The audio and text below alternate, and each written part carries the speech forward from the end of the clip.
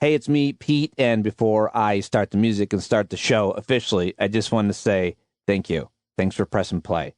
I love you. Hit it, John. Stand up.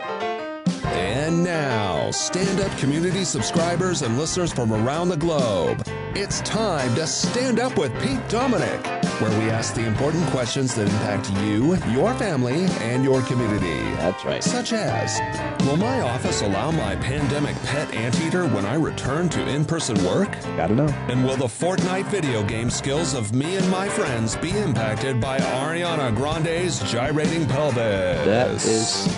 And now, the podcast host who always keeps his cool at Burger King. That's right. Pete Dominic. Oh my God, it's like you were with me, Pete. I literally went there to get the traditional chicken sandwich, thought nobody knew. I really did. And then apparently you were tracking me? What is happening? Wow, I did it. You got me. Folks, hello and welcome to the show. Thank you very much for joining me. I'm sorry I am singing, but I'm going on vacation next week.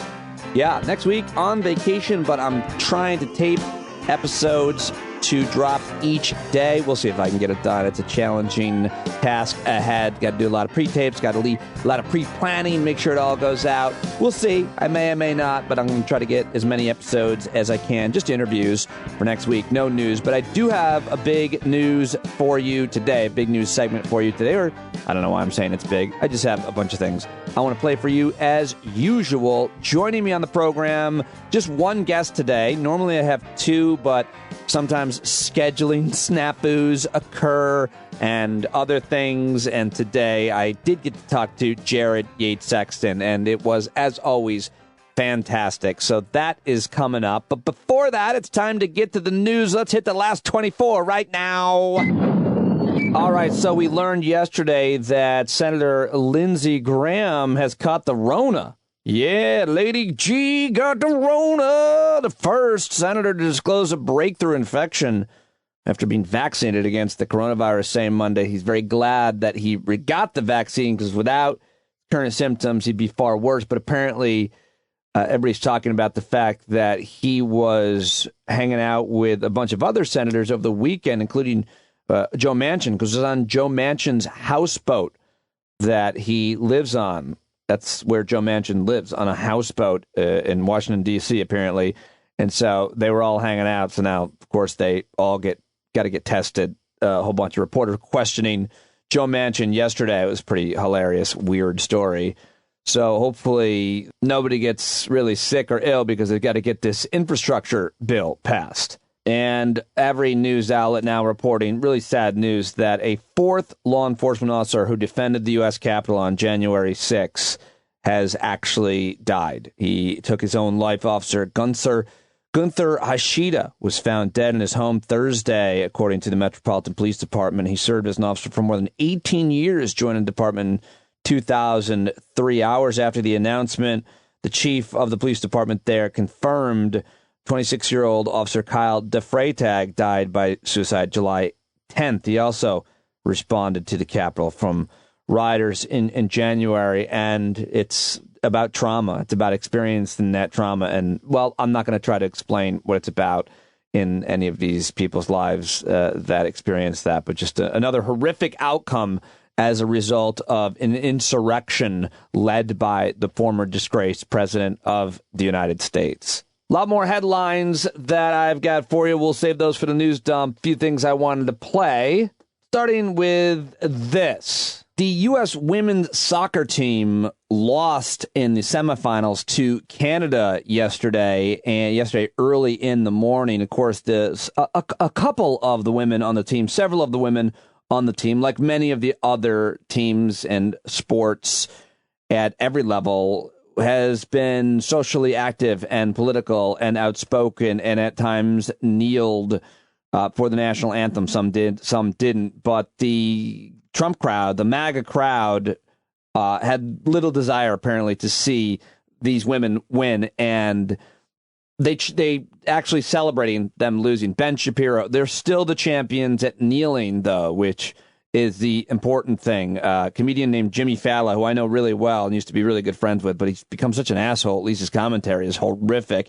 He wrote, the U.S. women's soccer team got their way. The national anthem will not be played during the gold medal game. Canada 1, U.S. 0. Bridget Gabriel tweeted, the U.S. women's soccer team went woke and now they lost to Canada.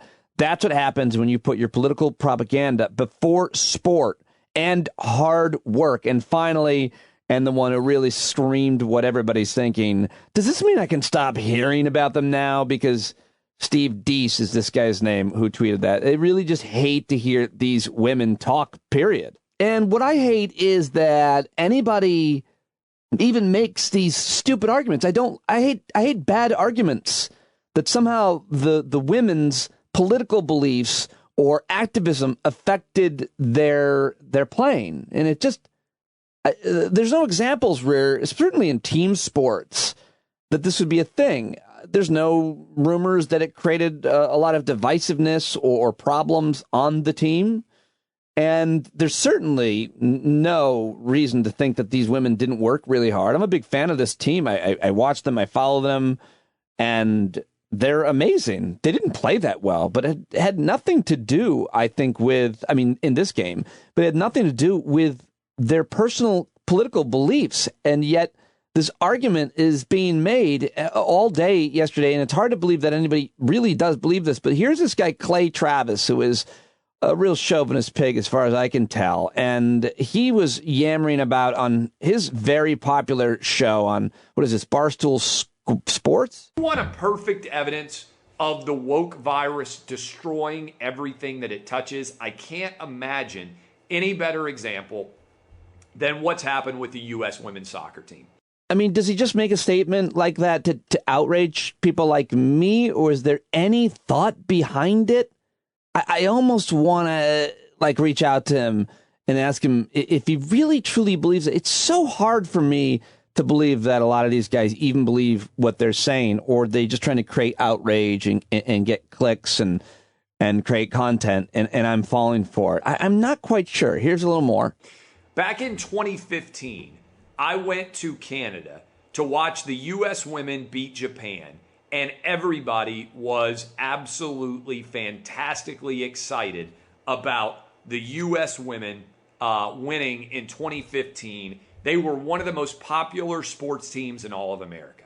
That continued for a couple of years up until they got super woke, led by Megan Rapinoe and other members as well. I mean, let's be clear with what happened.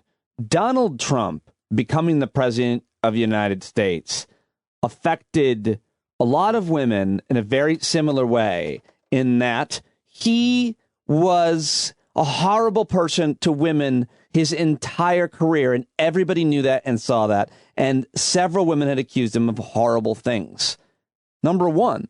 So no strong group of women, independent, confident, educated women, looked at this man as anything much other than a beast and a monster and a sexual predator and a criminal and a rapist. I mean, that's how a lot of people looked at him and how a lot of women looked at him. Now, that's number one. And they're representing women, and they're trying to represent strong, independent, hardworking, elite, athletic women. And then there's a lot of women of color on this team and in the sport. And so Trump's racism was also a huge issue, and the Muslim ban. And of course, many of these players were also gay. So what changed was Donald Trump became the president, and why they didn't go visit him is because he is a monster to them. No one was looking past that to try to, it wasn't politics. It was, this guy is a horrible, horrible person, and I have no interest and dignifying him in any way. The U.S. women's soccer team denigrated the president of the United States, refused to visit the White House, and tore down American institutions at a time. They didn't tear down any American institutions. I don't know what he's talking about. It'd be interesting for him to unpack that. But if he means going to visit the White House and the president after you're the champions, no. Donald Trump tore down institutions. Donald Trump criticized that team while they were playing in the World Cup, it should be mentioned. He doesn't mention any of this. He doesn't need any context.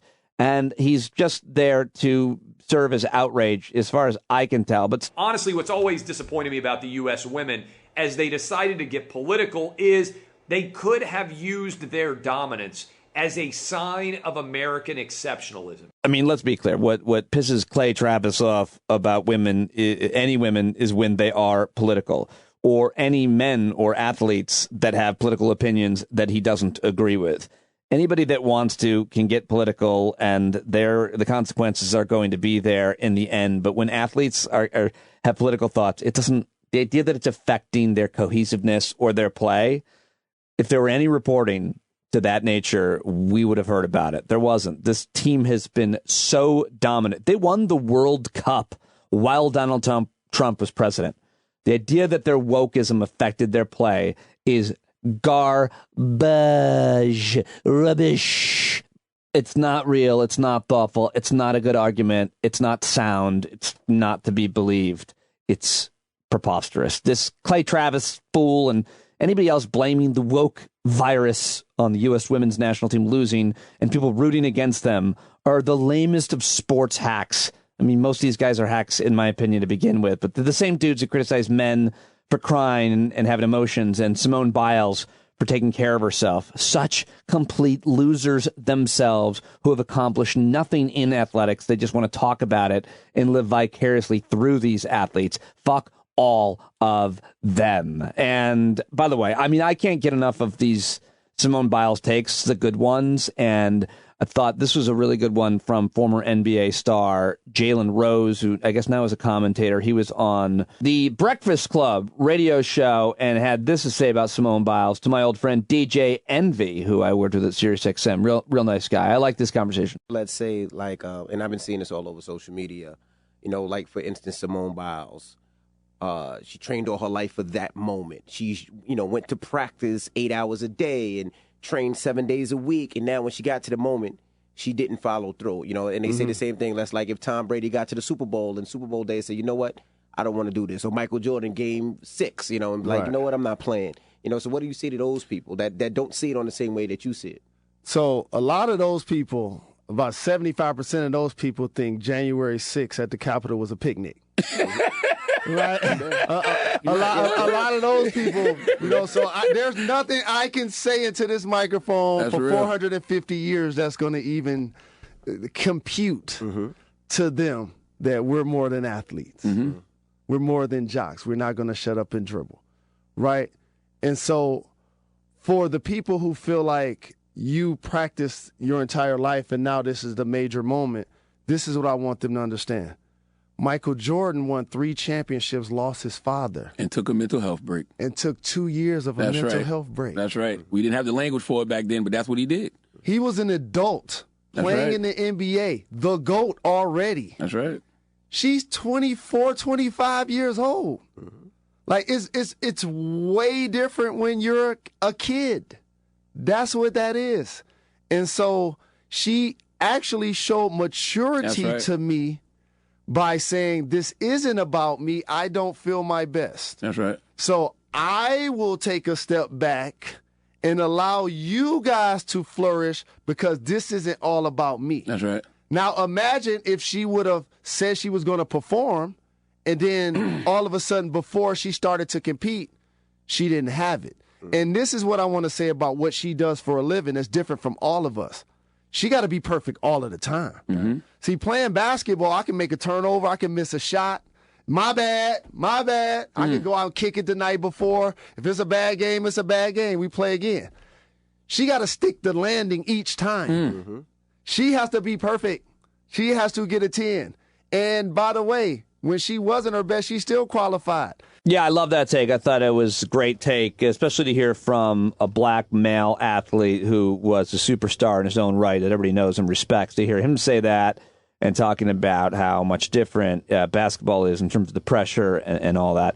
I thought that was great. I really liked that. So moving on to one more take of sexism. So you got the women's U.S. national team and other teams that these guys think wokeism is poisoning, the Simone Biles criticism, and then this horror show that is Kevin McCarthy saying that it's going to be hard for him not to hit Nancy Pelosi with the gavel when he gets it back, and everybody's saying he was just joking around. It's just, again, there is a double standard. It depends who's making a comment, who's making a joke. It really does. If it were Nancy Pelosi's sister or daughter, that would be completely fine. But it's her political opponent. It's a male. He knows how many threats there are against her on a regular basis. For him to say something like this is so careless, so disrespectful, so dangerous, so stupid, and I think probably calculated. Anyway, here is Congressman Tim Ryan being asked about it by Jonathan Capehart on MSNBC. So was Minority Leader Kevin McCarthy joking? Well, he's not a very funny guy. I think that's pretty obvious. Anytime you're trying to, talk about hitting the Speaker of the House with a gavel, you're in the wrong. But he's not a funny guy. I think he tried to make a joke. He's not very funny. And they're searching for issues to try to incite their base. Dr. Seuss, what he's saying here at that dinner. All right, then Tim Ryan just went on about how they have no ideas and they're just making shit up. So, all right, and let's go to a little gossipy. Everybody was talking about Mary Trump on The View, calling out Meghan McCain for ditching her segment. Here is that. Do you think he will run? And if he doesn't, recent polls have actually suggested Republicans liking Don Jr. Do you think he will want to run? Those are pretty depressing numbers there. I think that says a lot more about the Republican Party than it says about anything else. I don't know. What I do know is that one thing Donald proved is that using racism as a platform was successful. And I think that's why we see so much strife in this country. And we need to continue having the kinds of conversations about race and gender that you have. This is an incredibly powerful platform. And I think the more we talk openly about these things, it's a shame that your colleague didn't have the courage to come on and have this conversation with me. But I appreciate that you are all willing to take up these very difficult subjects, because racism, in my view, is at the heart of everything that's wrong in 21st century America. Well, guess what? Meghan McCain swiped back at Mary Trump on Monday afternoon after that happened. She went on Twitter and said, "There is no, quote, good Trump family member to me. Continue to wish they would all just leave me and my entire family the fuck alone." Well, Meghan McCain is leaving The View this week, and she tweeted 4 more days earlier. She's out of there, and we won't really probably be having to talk about her as much. I think that'll probably be good. I'm not sure how much she really offered the conversation. I used to know Meghan pretty well. She joined me on the radio show a couple times. I went out to lunch with her, just her and I, one time to talk about radio because she was getting into it, and we texted a bit, but I haven't talked to her for years, and I probably never will again. Anywho, I guess she doesn't even like Barron Trump. And by the way, she showed up for the Don Jr. interview years ago. People were pointing out, but not Mary Trump. I don't know what that's all about. Well, let's turn to the news about a potential bipartisan infrastructure bill. Here is Senator Bernie Sanders on CNN yesterday talking with Wolf Blitzer about the way he sees it unfolding. By working very hard and working long hours.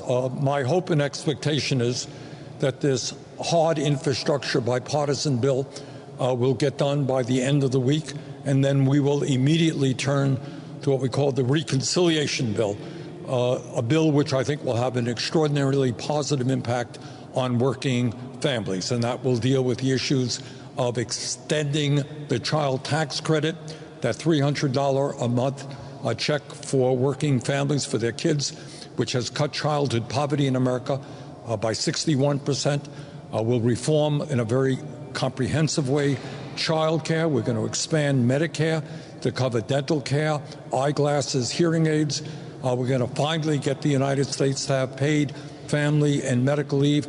We're going to put a whole lot of money into affordable housing. And of course, in the midst of this horrible climate crisis that we face, we're going to begin the process of transforming our energy system away from fossil fuels. And when we do all of those things, Wolf, we're going to create millions of good-paying jobs.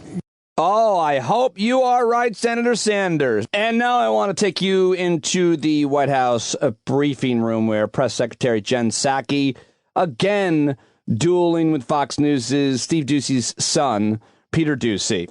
And he tries to own the libs here, and this is a really important question. And I'm really glad that we all get to listen to it together. Okay, and then just about COVID safety. Is President Obama setting the wrong example about how serious COVID-19 is by hosting a big birthday party with hundreds of people this week? Well, I would certainly refer you to the team who is working for my former boss to give you more specifics of what the protocols are in place. But I would note first that former President Obama has been a huge advocate of individuals getting vaccinated. When CDC has provided guidance on is for indoor settings in high or substantial high zones of COVID cases. This event, according to all the public reporting, is outdoors and in a moderate zone. But in addition, there is testing requirements and other steps they are taking, which I'm sure they can outline for you in more detail. But is there any concern, just because, as you've said here, and you've had people saying over the last couple of days, vaccinated people can still spread this Delta variant around. So is there concern that this President Obama birthday party might become a super spreader event?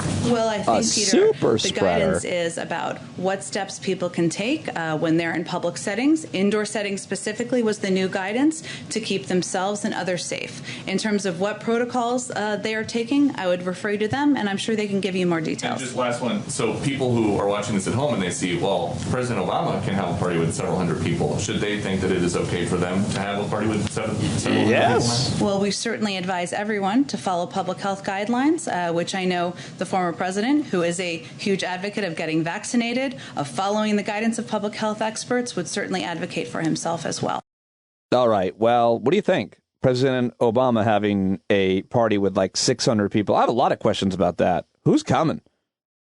I mean, it's on Martha's Vineyard, where they have a very huge home. And so it's on an island. And COVID restrictions, what? I think it's a bad idea. I think it looks terrible to have 600 people. He's turning 60, by the way, is the event. And we mentioned that. It's his 60th birthday party. And so he's the most popular man in the world. Well, he wants to have all his buddies, his pals, his friends over. And I really do want to see the list. I want to go. I want to go to that party. I'd go. But yeah, I mean, it doesn't look very good, does it? What do you think? Peter Doocy right on this one? All right, and speaking of COVID, I've got Dr. Aaron Carroll joining me on tomorrow's show, and I'm looking forward. If you have any questions for me, you won't be able to get them in by the time I'm recording with them. But here, it's always good to do some myth busting and fact checking. And I like this clip that I found from Dr. Mark Klein, physician-in-chief at Children's Hospital in New Orleans, which, of course, is my old job. He's dispelling the myth that only children with pre-existing conditions are getting sick. No, that's not true. Here's Dr. Mark Klein. There was also a myth that children, if they did get ill at all, would only get ill if they had some kind of underlying or predisposing condition. But half of the children that we're seeing today were perfectly healthy children who have been infected with COVID and then required admission to the hospital or to the intensive care unit. Scary and important. It seems like it's never going to be over.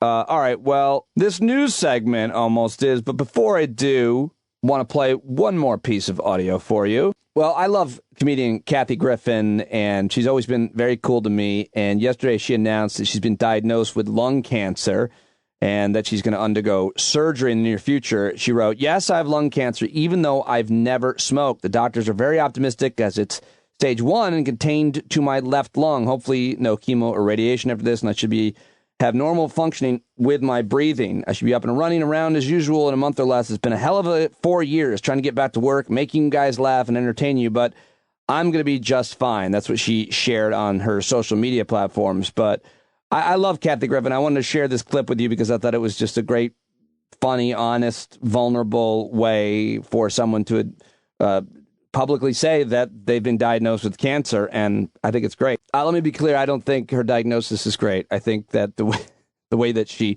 presents this is great. Bravo, Kathy Griffin. Really, just days ago, like I think 2 weeks ago, I was diagnosed with cancer. So as a friend of mine had said, how many kicks in the nuts can you take? And I'm like, my nuts are pretty strong, but it's a challenge. But how did that hit you? I mean, here you are, you want the clean break. Yeah. You're finally dusting yourself off and beginning to jog. And it feels like you get knocked down again. I was definitely in shock. I'm still a little bit in shock, not denial, but I still like once a day, I'll just turn to like nobody next to me and go, can you believe this? Is this a bitch or what? All right, Kathy Griffin, love you, and hope that she's going to be okay. I just thought that she was really vulnerable and honest in a really interesting way to publicly present your cancer diagnosis and kind of own it and put it out there. And then hopefully the universe arrives at her doorstep and supports her, and then I'm sure that she will support other cancer folks, survivors as well. Anyway, thought that was a positive note to end the audio on, but I do have a lot more headlines to share with you, and that's why I am going to do a news dump. Hit it, Pete. Rampaging pachyderms, silly hunters jump. Too bad they can't outrun them on today's news dump. Oh no, I think the elephant hunters, I think they got hunted.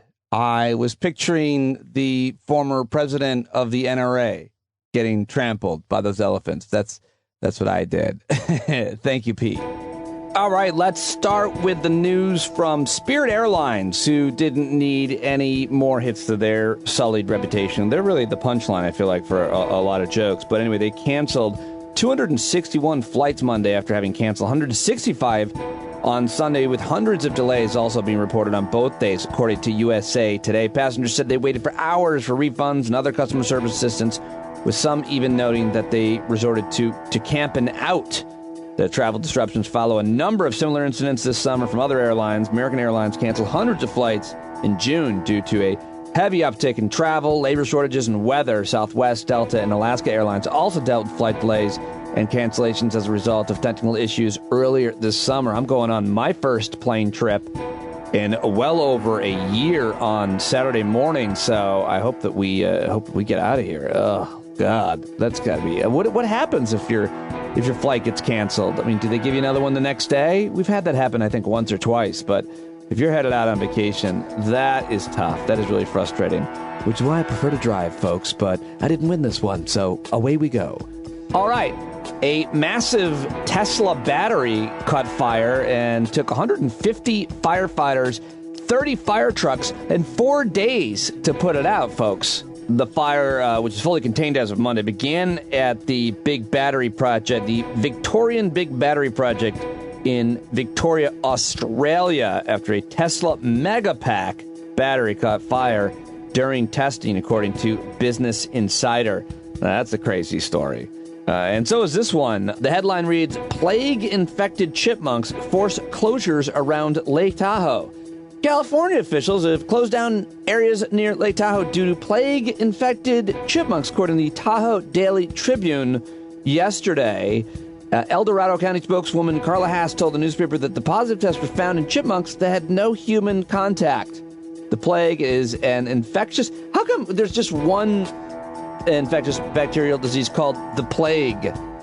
It could spread through various wild animals and rodents, which can lead to humans being infected if they have close contact. Wow. Okay. Well, a South Dakota resident tested positive for the disease in September 2020, but it's important that individuals take precaution. Listen, don't feed any chipmunks, okay, where there's rodents present, but don't be afraid of nature. I don't even like reporting. I shouldn't even mention this damn story. Maybe I should delete it. Don't worry about the chipmunks. Enjoy camping. Get outside. Live your life, chipmunk. Who gave me this damn story? You're fired.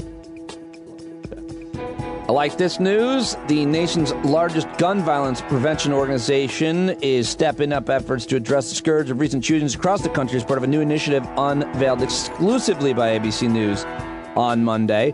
Everytown for Gun Safety is delivering millions of dollars in grants and providing support to local organizations that aim to reduce gun crimes by tapping into communities most impacted by firearms. The new initiative, known as the Everytown Community Safety Fund, is dedicating $25 million over 5 years to gun violence prevention programs. The first $1 million set to be distributed Cross organizations next week, and I will try to get Shannon Watts on to talk about that. I hope that it works. I'm sure they've done their research to find out what are the programs that are best to invest in, but I think that's a really good story that I wanted to share with you. And let's get back to nature with nature news. Sierra Nevada red fox to be listed as federally endangered. Federal wildlife officials have decided to list the Sierra Nevada red fox as an endangered species. The slender, bushy-tailed Sierra Nevada red fox will be listed as an endangered species, federal wildlife officials announced Monday, saying its population has dipped to just 40 animals in an area of California stretching from Tahoe to south of Yosemite National Park. Good luck and good work to my friends over at U.S. Fish and Wildlife, whose job it is to take care of all of that. I'm following closely what's going on in Afghanistan. U.S. is set to offer refugee status to Afghans at risk because of American ties amid the growing Taliban threat. The Biden administration expanding the group of Afghans who could be granted refugee status and flee to the United States to escape the growing threat of the Taliban across Afghanistan, according to the State Department, which announced that on Monday. The Afghan people and culture really is rich and amazing and beautiful in so many ways. And I've met a lot of Afghans in my life, and I really like them. And so I hope that we can do as much as we can to bring them into our communities across this country. Okay? Well, that is all I've got for you on today's news dump, and I want to let you know that today's show is brought to you by Truebill, which is a really cool app that I'm excited to be working with because, you know, you probably have a ton of different subscription services from Netflix to Apple to your email list, whatever you got. I've got my host. I've got all kinds of things that I subscribe to. Do you know how many you have? Because they add up, and sometimes we don't notice the monthly deductions from our bank accounts. So I want to tell you about Truebill, which is this really cool app that a lot of listeners have said they're already using and works. Matter of fact, who was it? Rob out in California. He texted me and said, hey, man, just want to let you know that this Truebill app is pretty kick-ass, helping me get my shit together. Oh, that's awesome, Rob. At Rob Dog. Thank you, man. I'm glad to hear that. I'm glad it's working for you because this Truebill is a new app that helps you identify and stop paying for subscriptions you don't need, want, or simply forgot about. Now, on average, people are saving thousands a year with Truebill. You see all your subscriptions in one place. You keep the ones you want. You cancel the ones you don't right from the app. And you get this concierge, the Truebill concierge. So they're there to help you when you want to cancel them unwanted subscriptions. They'll do it for you, the concierge, so you don't have to. No talking to humans, no difficult conversations. And so I've been using this. My wife is happy that I am using this, and you can start using it as well. Start canceling your unused subscriptions at Truebill.com/standup. Go right now, Truebill.com/standup. Could save you thousands of dollars a year, and then you could put them back into this podcast as a thanks. How about that? If you haven't signed up yet, please do now. Go to patreon.com/Pete Dominic, or just go to the paid subscription link in the show notes. All right, so joining me now on the show today is one of my favorite guys to talk to. Become really good friends with this guy over the past year, and since I started the podcast itself. He is an author who has written a couple of really good books, but most recently, one is about masculinity and toxic masculinity, his first book, called The Man They Wanted Me to Be, Toxic Masculinity and the Crisis of Our Own Making. But his most recent book, which really put him on the map, on the national stage for sure, is American Rule, How a Nation Conquered the World but Failed Its People. Jared also has an awesome new Substack newsletter. That's jaredyatessexton.substack.com. I subscribe to it. I highly recommend you do. And he co-hosts a podcast with Nick Hasselman called The Muck Rake Podcast. He's got a whole community that he has built over there as well. I always love talking to Jared, and this is no exception. Follow him on Twitter, where he is really exceptional, at JY Sexton. Ladies and gentlemen, today's guest is Jared Yates Sexton. Yeah, because pornography has replaced nude scenes in movies is literally where I want to start this conversation. I think in a modern political context and modern political economy, I mean, how could you start a podcast any other way? Yeah. Well, we were just kind of talking. We were just talking about movies, and you were talking about this on your podcast. And it's like there aren't, for different reasons, but there really aren't that many. Are there not that many sex scenes in today's modern films that are being? I feel like that's very true, but maybe I'm watching the wrong ones. I don't know. Well, you know, we were talking about over on the Muckrake podcast. We were talking about RoboCop, right. 1987 action movie, of course. That weirdly enough is the criticism of capitalism, but spawned cartoons, I think a TV series at one point, multiple sequels. At one point, RoboCop wandered into a world championship wrestling championship match. So, I mean, it critiqued capitalism, but somehow or another became part of it. And we were talking about the world that it took place in, which is like a dystopian America that kind of looks like where we're at now. Privatization of police forces, privatization of cities, this sort of takeover by corporate culture. And we were having a long discussion about how sexless it was, how it was just sort of this society where the biggest thrill that you could possibly have was collecting money, accumulating wealth, amassing power. But that even in 1987, and you know this, I mean, you saw your fair share of action movies in the 80s and the 90s. They were titillating. They were by design and by direction, they were titillating. But if you look at RoboCop and you look at this future that is playing out here by Verhoeven, it's a completely like sexless society outside of a couple of transactional relationships. But other than that, like humanity has been more or less bled out of it. But that's not where we're at now. We're sex crazed. You know, some people would make an argument about that. There's a lot of conversation now about what is happening within not just American society, but, you know, so-called Western society, whether or not humanity has sort of become more puritanical, whether or not it's moved away from sort of the so-called pleasures of the flesh. There's stuff on that all over the place about people feel more and more secluded from one another, that their lives have become more transactional. I mean, there's a lot of stuff on that out there. I mean, I don't know. I have no idea. I just feel like I'm not in the game, you know, so I don't know. But I feel like apps and porn make everything different. Like you can meet someone. I was telling my daughters about how when I lived in New York City, how often I would have men kind of make like obvious passes at me. And I said, I think that changed to some extent because it used to be, especially gay men, you could just hook up anywhere in the woods, in a steam room, anywhere all the time. But there was an inherent danger there, too. And it's ethically questionable whether or not you should be doing that in public and so on. And now you don't have to really worry about that because you can just meet on an app and have as much sex as you want all week without having to have the awkwardness of, is that person even gay? And I mean, I just can't tell you how many hearts I broke in Central Park. Well, I'll go ahead and I'll take the app question here, which is I actually think the idea of apps, both in terms of like hookup culture, dating apps, you can even talk about the proliferation of pornography. All of these things are sort of the market and technology being brought into human relationships and human interactions.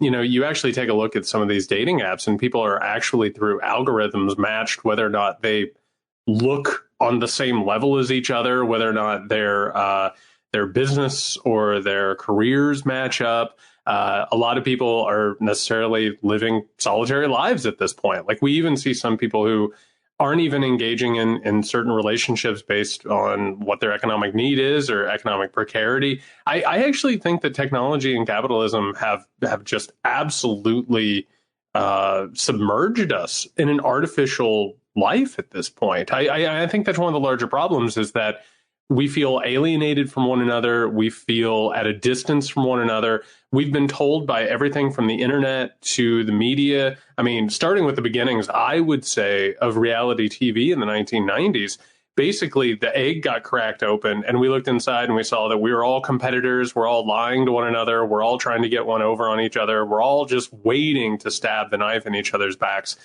We have basically been told over the past few decades, going back, if you want to make the marker, RoboCop in 1987, for decades now, starting with Reaganism and hypercapitalism, we've been told not to trust anybody. And I mean, that's by design. I think that has ripples throughout politics, economics, labor, the whole kit and the caboodle.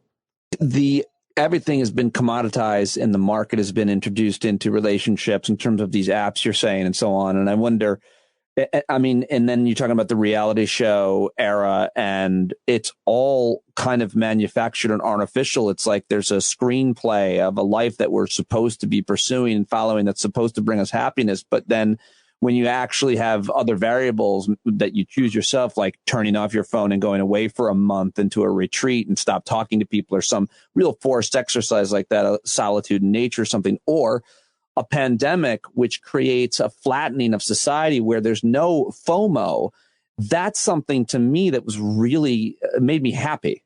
I didn't fear I was missing out on anything because I didn't have to look at those apps or the reality show to see what was happening in culture, because nothing was happening. We were all kind of living in a similar kind of stasis. And I liked that. I actually liked that. But that's so artificial, like those variables, having to go into solitude or having to have a pandemic. Like now we're back to, quote, that hyper capitalistic society that its influence are injected in our lives at every single corner all day long. I feel like that's coming back now.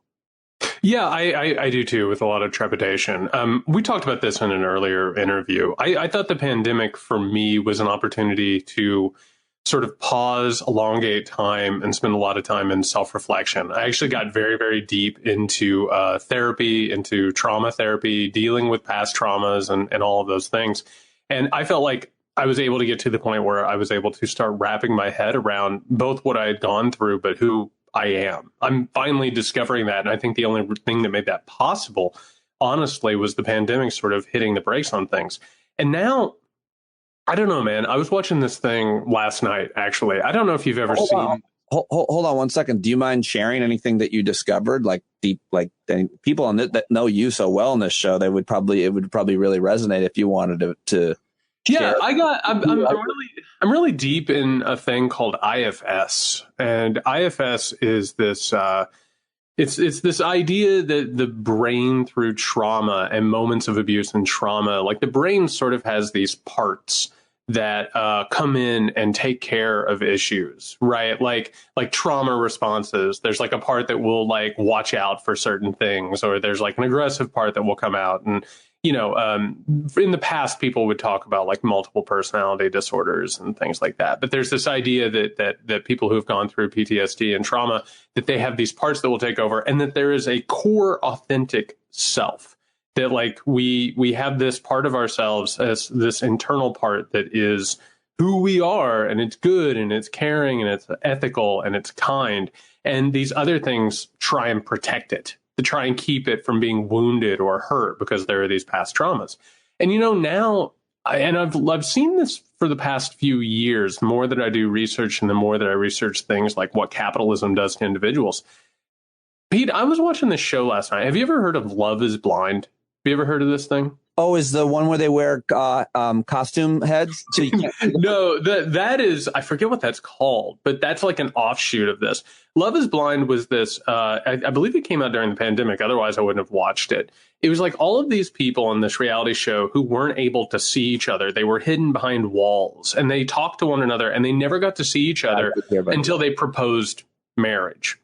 And it's this really weird thing because it's actually, I'm sure you've watched your fair share of expertly produced like reality TV shows, right? That like the illusion never sort of falls. Everyone is always sort of on script and they're always performing. Yeah.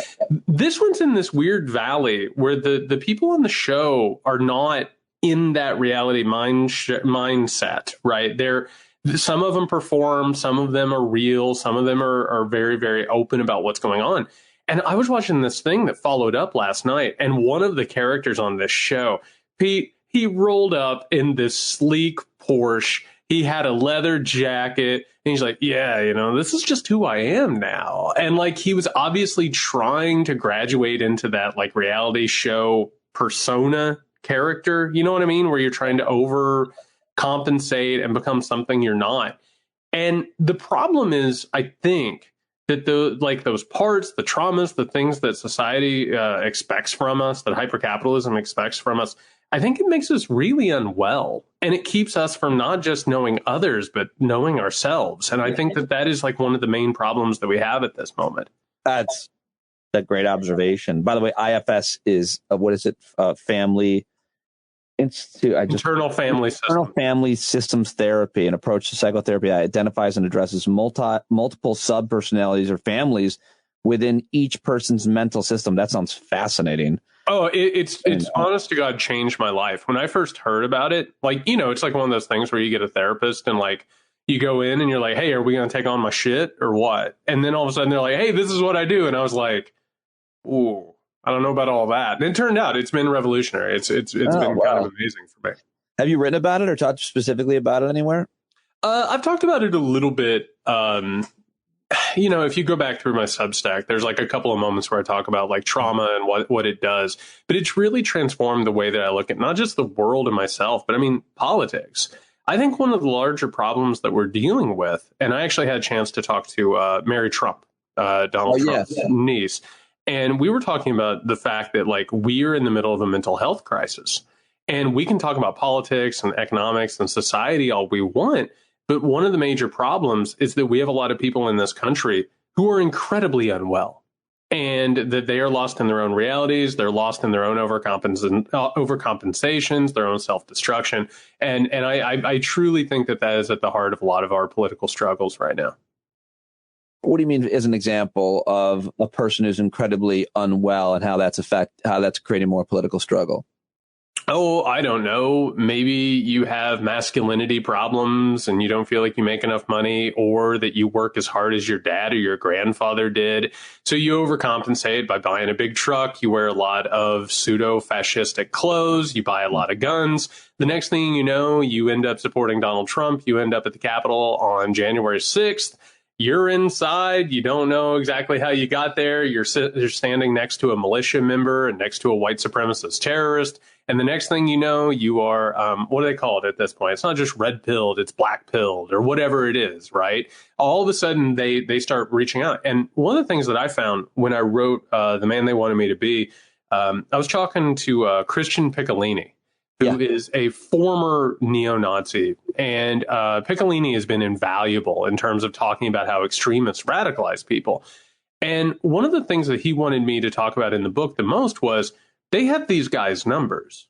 They're looking for white dudes who are insecure, who feel powerless, who are looking to belong somewhere and looking to feel powerful. And they're like, hey, slip this armband on, put this swastika, on your skin, shave your head. You're good. You are part of something larger. And that has been in the main line of all that. It's interesting because you're making me think. I mean, I don't know how this could ever. You're making me think about how our political system is so male driven, and along with all the qualities, even the women who are part of it have to be very masculine in terms of traditional ideas and qualities. Certainly on the right, but on the left too. I mean, point out all kinds of liberal minded people who for some reason couldn't figure out what it was about Elizabeth Warren, or that they just didn't like. And that's actually okay. Like, that's okay. I'm not being tongue in cheek. Like, I think some people just don't even realize that they're being sexist, me included. And so I think that's worth unpacking. But more importantly, sometimes I fantasize about a female run society. And I don't like to talk about, because it just sounds so kind of, I guess it sounds like virtuous, but I'd like to see them give it a shot. Like, there's just such a different mindset overwhelmingly with women in terms of leadership a lot of times, including government and the private sector. I don't know. I wonder, have you looked at history? And I mean, you're studying history all the time, writing for your new book. And I just wonder how much that, if women were in charge, certainly of political systems, much less the private sector, more likely, what if anything would be a real difference, change, or does power corrupt the same way? Well, first of all, I just want to point out that I really appreciate that the conversation that we're having originated with nudity and RoboCop. So that makes me incredibly happy that we end up at this point. Get back to the root. What I would say is there are a couple of things happening here. The natural inclination to kind of sort of want that sort of a shift, both towards moving towards a female-led society and or giving, vulnerable populations and people of color and indigenous people a chance to actually have some say in government and society and economics. That comes from the basis of we are living, and we have to state this, we are living in the result of a white male-dominated capitalistic society.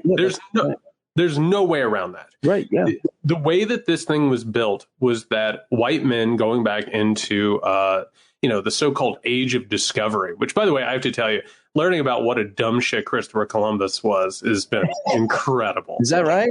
Oh, the fun thing about Columbus is he kept trying to get funding for his trips. And whenever he would go to courts, the experts in the courts would be like, hey, King, can we have a quick talk about the fact that Columbus doesn't know what in the hell he's talking about? And he doesn't have any idea of how big the earth is. And he's completely wrong in all of his coordinates. Actually, a fun fact about Columbus is eventually he took over the colony that he had, quote unquote, founded. And he was such a terrible, terrible governor of that colony. He was returned to Spain in handcuffs. He was arrested and sent back to Spain. He was so bad at what he did. It's incredible. But the entire society was based on white, wealthy men going over, conquering either native people or using people of color, of course, for slavery and subordinating women. That was the entire basis of this society. So everyone that we're talking about is naturally opposed just by the inherence of what society is. The problem is when we start imbuing people with magical purity. If you want to talk about what female leadership could be, you can say it would be naturally opposed to what masculine leadership would be. Like, that's a natural inclination. But Margaret Thatcher would love to have a conversation about that. Yeah, right. And Margaret Thatcher, of course, was the other side of Reaganism and hypercapitalism and the destruction of the social safety net. So what we actually have to take a look at is how to diagnose how society has gotten to this point in order to find the antithesis of it. We have to figure out what principles and what ideas will lead to a different path. And I think that once we do that, and by the way, we're running out of time, just to go ahead and be clear about it. Like, we have to make those decisions in a real hurry. And that is, unfortunately, the problem we have ahead. Are you talking about climate or democracy? I mean, you name it. I think they're intertwined. Yeah. I mean, at this point, and this will actually be, I'm going to write a Substack on this either tomorrow. I don't know when this is running, what is time.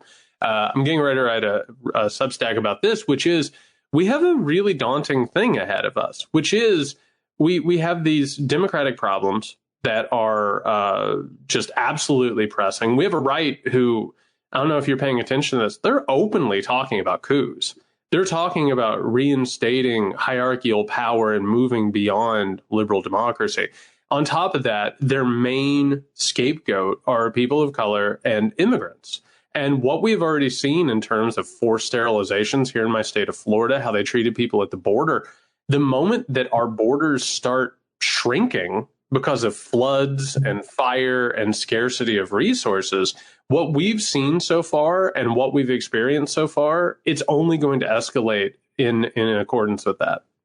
I heard you guys talking about this on your podcast, and I think it's a really important point, which is to say that often, almost always, you see the ideas percolating on the, quote, fringe right in the conspiracy sites and YouTube channels or churches. We've seen all these crazy preachers now yelling not to wear masks, not to get vaccinated, the world's going to end. And you see those theories, those kind of fringe theories, migrate right smack into the mainstream of republicanism or conservatism or whatever you want to call it. It's now called Trumpism. You see them very quickly migrate in. And that used to take a long time or never make it. But now it's just like, Alex Jones has some pretty good ideas. I'm hearing. I mean, I heard Joe Rogan say that the other day. Which, forget about Joe Rogan.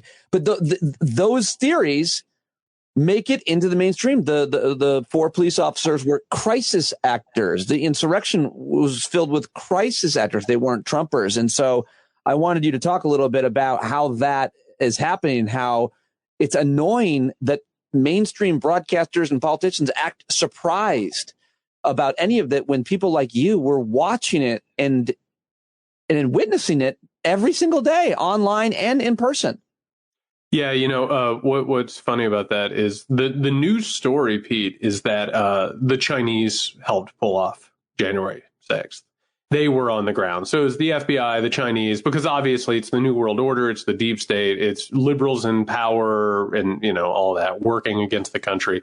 Traitors within, enemies without. I mean, that's the story that they've always pushed. In this case, back in the 1990s, you would have stuff like Alex Jones, you would have stuff like the militia movement, you would have the New World Order conspiracy theory. The Republican Party and the NRA used that stuff. Like that was a major part of their appeal, but they never brought it in proper, right? It was like they never came out explicitly and they were like, Alex Jones has good points or however they want to put it. Now what we've seen is, and this unfortunately is what has started percolating in the last decade or so, is because of the internet, they use it for testing. They look at Alex Jones and all of the bullshit that he spews. They go on to 4chan, 8chan, any number of these like very, very extreme websites, and they will see what works, what gains traction. And one of the main pipelines for that is, of course, our good friend Tucker Carlson. And Tucker Carlson explicitly and intentionally surrounded himself with people who were in that world. I mean, his main, I believe it was his main producer and writer, lifted things explicitly from white nationalistic, white extremist websites and then regurgitated it and put a sheen on it, a quote unquote respectable sheen. But that also happened with Trump. Trump was surrounded by people. I mean, Donald Trump didn't go and find the memes that he retweeted. He wasn't going looking for anti-Semitic, hidden message, QAnon memes. There were people around him who supplied him with it. Yeah. So what we have seen is that the right has recognized that extremism is absolutely not just useful, but at this point in terms of electoral viability, absolutely necessary for them to keep going along this current path. But where do you think they are in terms of being a viable political party without using different techniques to suppress the vote in gerrymandered districts? If taking those variables out, which you can't, you have to. But how much are their views still popular and spreading? They're not. I mean, the Republican Party at this point is historically unpopular.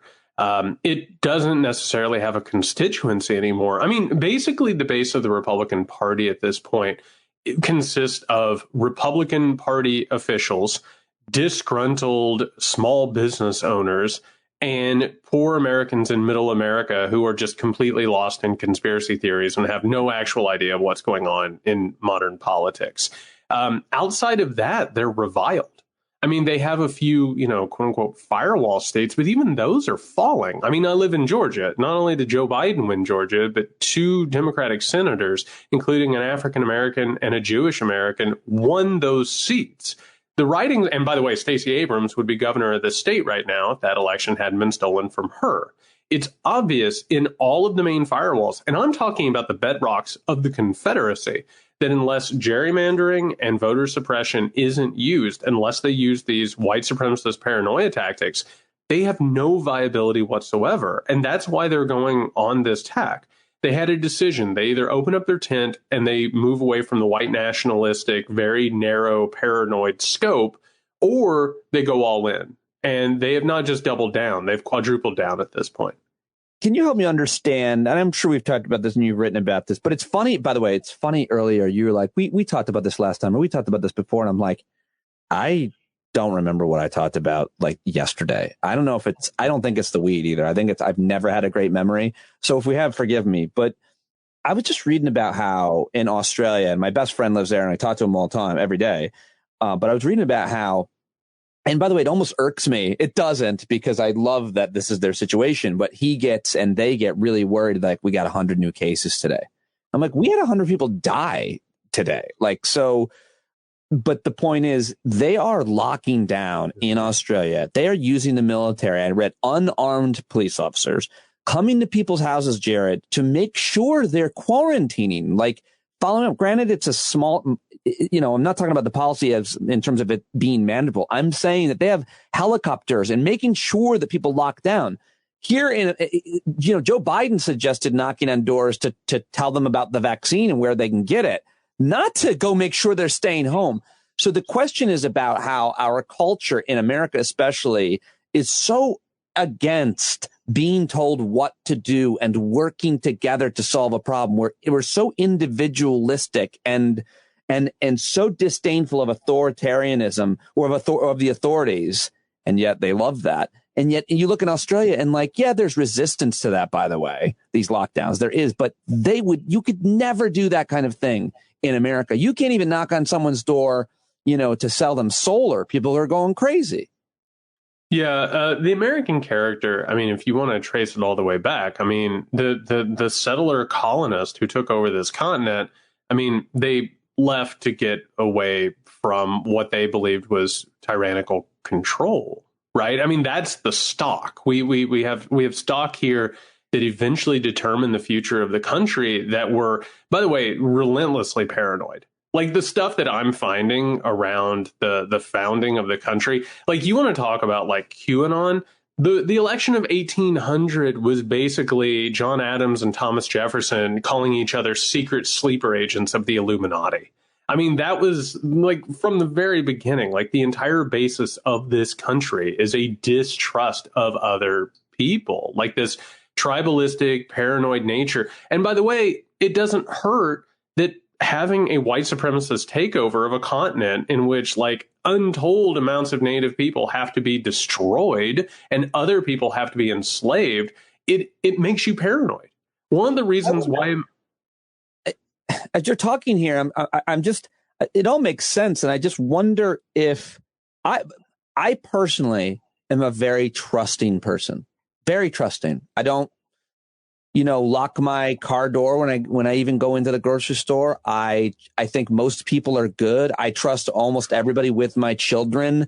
And I wonder if it is because I'm a white guy and I've never had to, look over my shoulder or something. I don't know.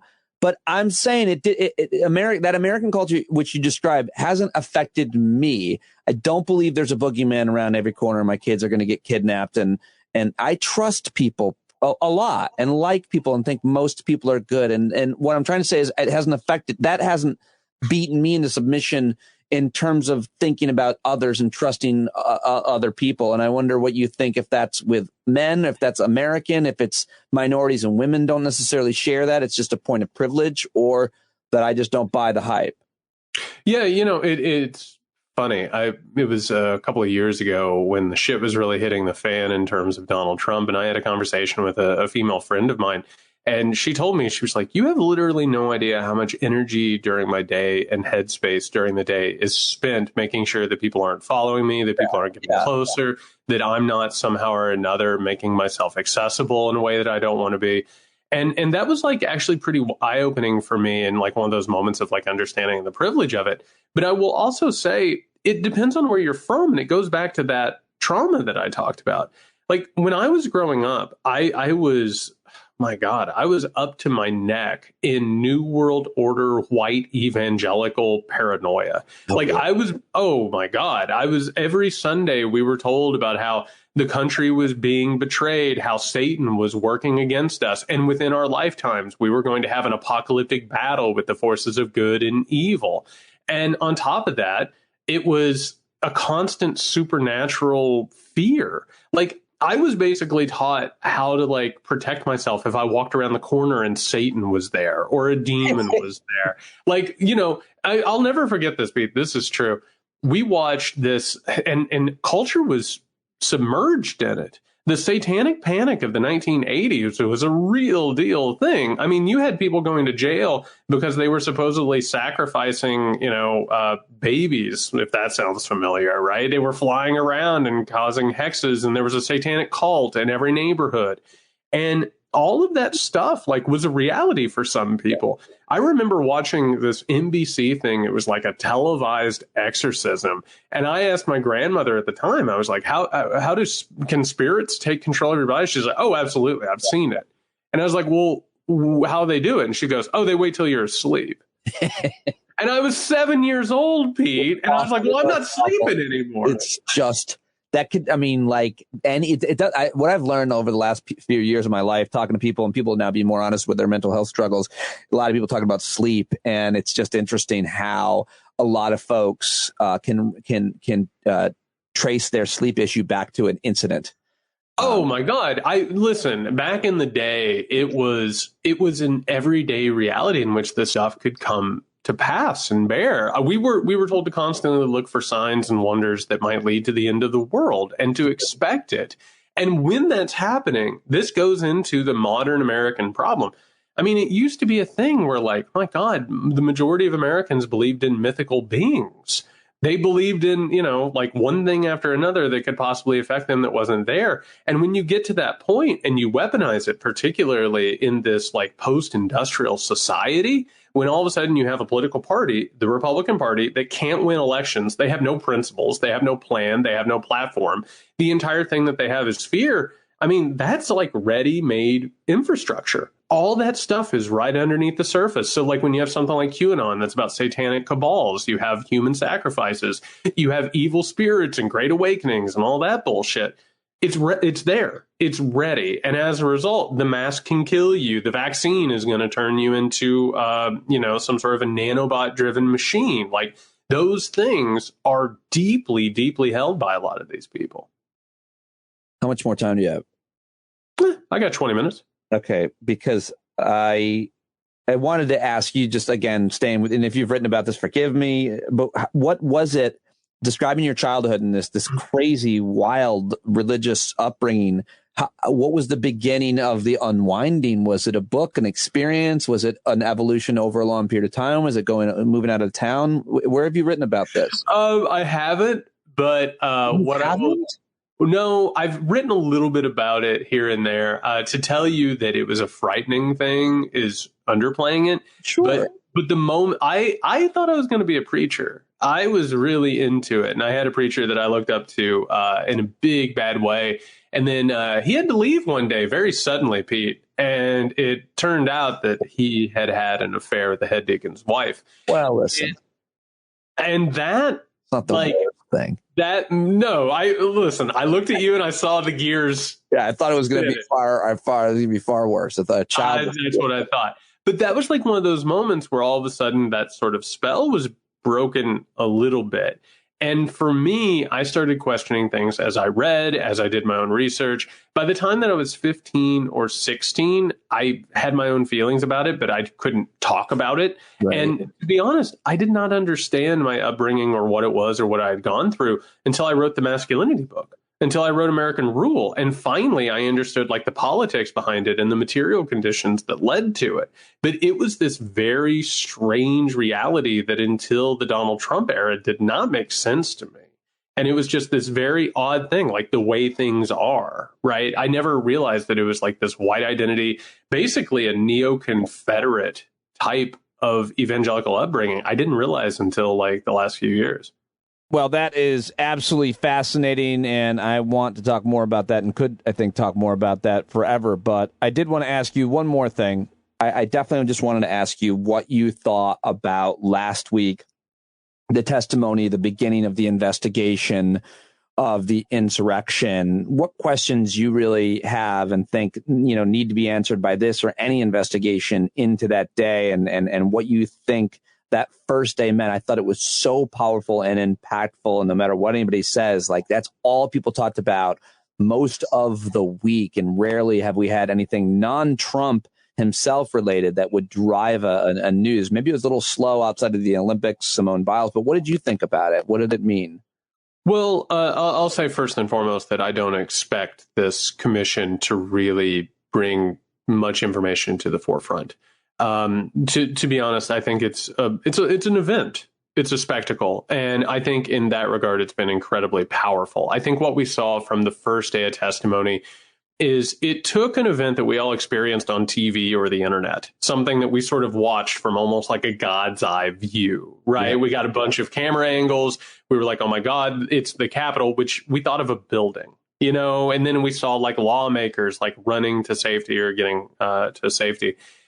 I think to go ahead and start with the police, to go ahead and talk to people who had been traumatized, who had been abused, who had been beaten, who had to beg for their lives, I think that put a human face on it and also exposed the hypocrisy of the right. You know, the idea that they are pro-police or whatever. And the reaction was typically expectable, which was, you know, these people are cowards, these people are weak, you know, they're pansies, whatever it is that the right ended up saying about them.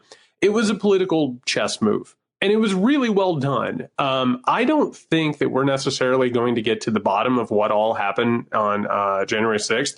And a part of the reason that I don't know that we're going to get to the bottom of it is there are so many different parts to this thing, whether or not it's law enforcement, intelligence agencies, whether or not it's all the different groups, the right-wing benefactors who paid for this thing. It was such a massive clusterfuck that I don't expect this commission to get to the bottom of it, but I do expect probably 5 years from now, you know, one of these, it'll be Thursday at 5:45 p.m. Everyone will be settling in for the day, and some Washington Post piece will drop. It'll make a wave for like 2 days, and then it'll just sort of get lost.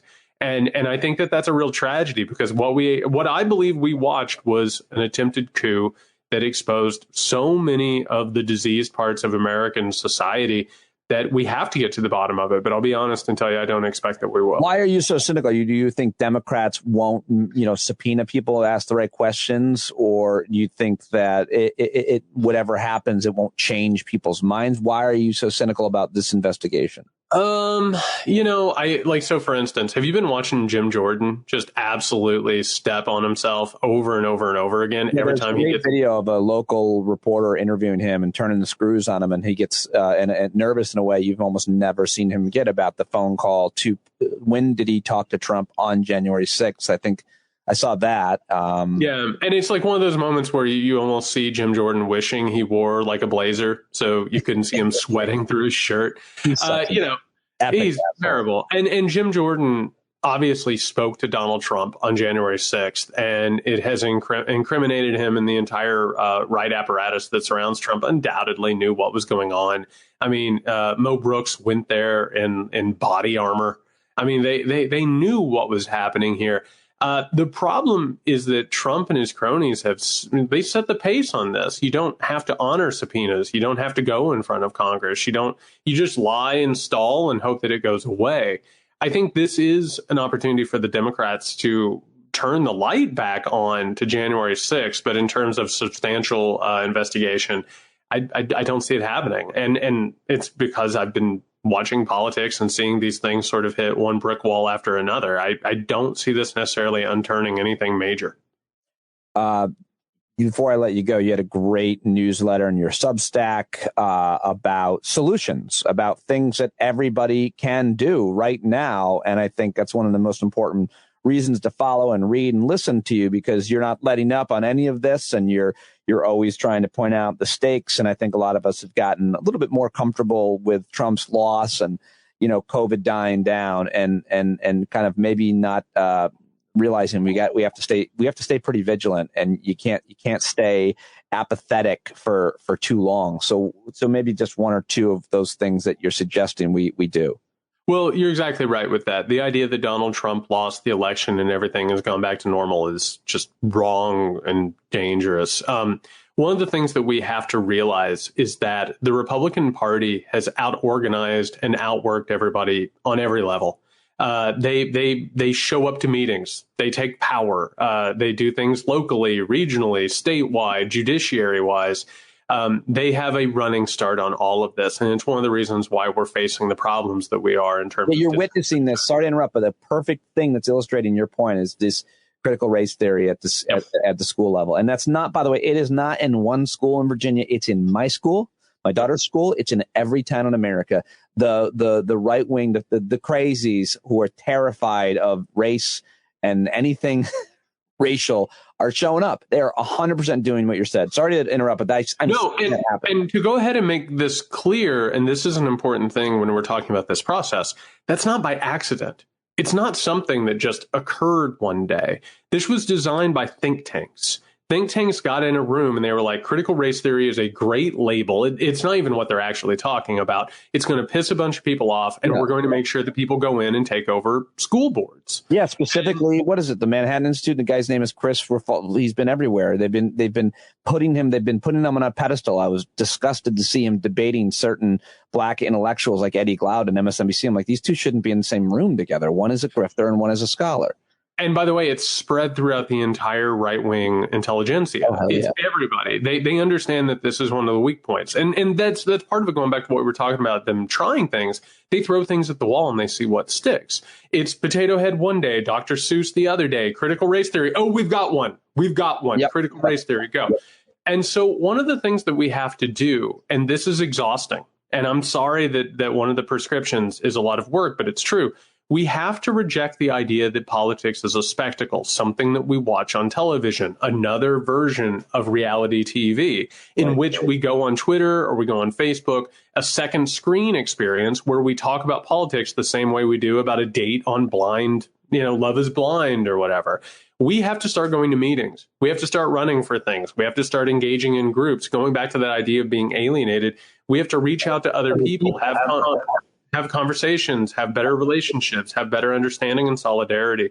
And like all of those things come together. And on top of it, we have to look inside ourselves, see who we are, what we actually believe. And we have to heal from the trauma that's been inflicted upon us by society and politics. And we have to do all those things at once. I mean, it's the equivalent of patting your head, rubbing your stomach, and juggling at the same time. But the sad truth of it is there's no alternative. We have to do that work. We have to get there, and we have to put in the blood, the sweat, and the tears. And a great place to end. Thank you very much for talking to me as always, buddy. I really appreciate it. Thanks, pal.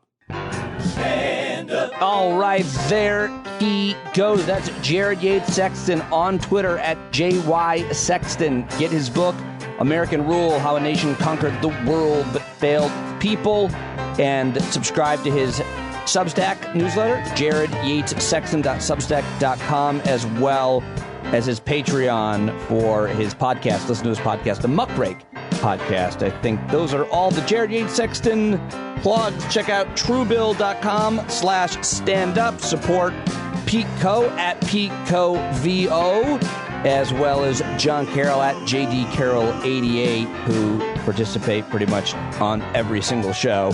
And that's it. Thank you very much for your subscriptions and your support. I love you guys. Send me your nature photos if you haven't. Get out there and snap some shots. And I hope to see you on the Discord platform, which you have access to as a member of our community. If you haven't signed up, if you listen to this podcast, sign up for a paid subscription. They make me really happy headed into my vacation, worried about not working and not being present, So I will have podcasts next week, it looks like, but I really appreciate your support. So sign up now. Love you. I'll talk to you later. I'll talk to you tomorrow. Bye-bye. No need to point your rifle to defend your town. Just stand up. Stand up. You know they can't deny you what you're laying down. Boy, you better stand up. Stand up. Show your face of every color, yellow, black, red, and brown. She's the place where every lost child will finally be found. There's only one thing to do before we stand our ground, and that's stand up. Stand up. Well, the founding fathers saw a land for all. They had to stand up. They had to stand up. They had a keen imagination for a crystal ball, drawing all the plans of stand up. But all they had to go on was the time they were in, with other causes for laws, and since they weren't even sin, they knew that change was gonna come before the change could begin. They had to stand up. All right, they had to stand up. We got to stand up. We got to look the devil square in the eye. We gotta let him know it's his time to go, and make it clear when all we hear is a lie. Why you lying awake wondering where the money all went? It'll be the cost of freedom that'll go unspent. You can see them flee the scene of that experiment. If you stand up, alright, we got to speak up, we got to reach up and raise your voice in every way you know how. Don't be toes up, you got to show up. Ain't no better time to do it but now. No need to pledge allegiance to no wanton tribe. Rise up and show obedience to the voice inside. And listen well and it'll tell you not to run and hide. It says stand up. Stand up. Got to stand up. Ooh, come on. Just stand up.